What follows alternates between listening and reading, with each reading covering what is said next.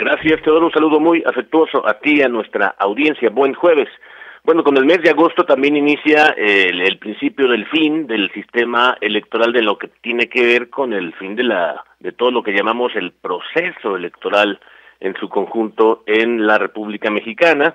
En el caso concreto de este proceso que se llama el del año 23-24, que concluye, como sabemos, formalmente el próximo septiembre, pero que tiene ya, sin duda, una tarjeta muy presentable, lo pensamos así los mexicanos, en el sentido de que vamos a conocer la distribución del poder político en nuestro país, y de eso, claro, dependerá las futuras decisiones. Todos los demás subtemas que se han puesto en la mesa, que tienen que ver justamente con el propósito de aliados, adversarios del régimen político, de las oposiciones, de actores, de partidos, de las reformas que se han puesto en la mesa, tienen que ver justo con cómo se distribuya el poder político. Por eso digo que la más importante de esas decisiones tendrá que ver con el fin de este mismo mes de agosto, el agosto 23, cuando se define toda esta circunstancia, y por tanto tendremos que valorar en todo su tamaño de qué va este conjunto de decisiones políticas que comienzan, reitero, este mismo mes. Pero a partir de ello también es oportuno, me parece, poner en la mesa que una vez que se tomen esas decisiones, con todas sus consecuencias, tiene también sentido observar, por ejemplo, cómo nuestro país, a pesar de que toda la retórica, el conjunto de conversaciones, de narrativas que se produjeron durante la campaña electoral, lo mismo de aliados, pero sobre todo me parece del conjunto que llamamos el gobierno mexicano, el López Obradorismo, Morena, no necesariamente del caso de las oposiciones, en donde, por ejemplo, Morena y sus aliados siempre manifestaron la idea de que al votar por algún planteamiento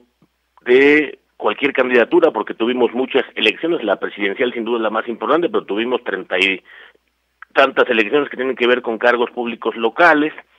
y también con 30 de alcaldías que son las capitales estatales, también con los 300 distritos electorales del país, los federales, un montón de cargos públicos también de asientos de legislaturas locales, y en ese conjunto de conversaciones lo que privó, me parece, es la idea en el territorio de Morena de decir, bueno, si tú votas por Morena, ¿qué significa? Que no votas únicamente por una persona en concreto, sino votas por todo el proyecto o lo que llaman la plataforma electoral, cosa que ya sería mucho decir, porque los mexicanos no leen las plataformas electorales en su conjunto, ni siquiera una aproximación mínima. En realidad, estamos hablando de que México tiene un voto retórico basado en la emoción, el sentimiento, las pasiones. Estamos muy lejos, por desgracia, de lo que llamamos el voto de convicción, basado en las ideas, razones, argumentos. Y bajo ese mismo esquema, me parece que es una idea falsa la que se puso en la mesa durante la campaña, de que al votar por una persona se votaba por todo el proyecto, como se decía,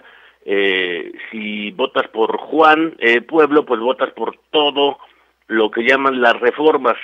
del gobierno, las reformas del presidente, las reformas de la candidata, en fin, y todo eso tiene lugar cuando, si vemos muy en breve lo que significa, por ejemplo, los dos modelos de democracia que tiene más o menos el mundo, tiene varios, pero analizando esos dos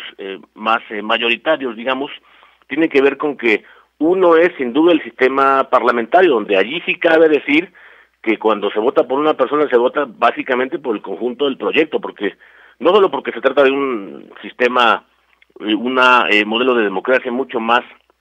disciplinado, en donde una persona sí responde al proyecto de su partido, cuando se forman, por ejemplo, ya se trate de los regímenes parlamentarios, llamamos cuando el presidente del gobierno solamente es el que está a cargo de la asamblea o del Congreso o de la función gubernativa de esa nación, y que por encima hay un jefe de Estado, puede ser un rey, puede ser un presidente designado en el orden civil, y en el otro extremo están los, en donde es nuestro caso, estamos la gran mayoría de los que llamamos los regímenes presidenciales, en donde allí sí estamos muy desorganizados. no, y además tampoco hay disciplina. Entonces, por tanto, no es correcta la idea, es falsa, lo que es más, de decir que cuando se vota por Juan Pueblo se vota por todo el proyecto. En todo caso, se puede decir que se abandera la idea o el planteamiento de una plataforma electoral si cabe esa expresión de una sola persona o de ese partido o de esa coalición, pero nunca, como se dijo durante la campaña, de todo el planteamiento que implican, por ejemplo, las reformas. El caso también concreto de cómo la reforma del Congreso, también de llamar a una reforma al Poder Judicial, todo eso no está en la esfera de la competencia de cuando se elige un cargo público. Un cargo público, según nuestro sistema electoral, simplemente es convertir ese voto en esa naturaleza jurídica que se llama cargo público, no por todo ese proyecto. Por tanto, me parece que esa discusión,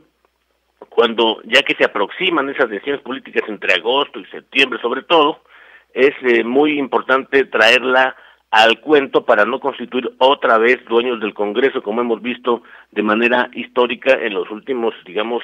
cuando se interrumpió nuestra transición, que vimos del año 17-18, y volvemos ahora a la construcción del régimen hegemónico. Son los tiempos violentos, Teodoro, de la democracia en México, y lo más importante es que lo que venga es simplemente una reconstrucción o una evolución. Sería muy grave el territorio hacia donde vamos, en donde el pueblo sí se encontrará, el pueblo en vilo, como dijo muy bien un historiador mexicano.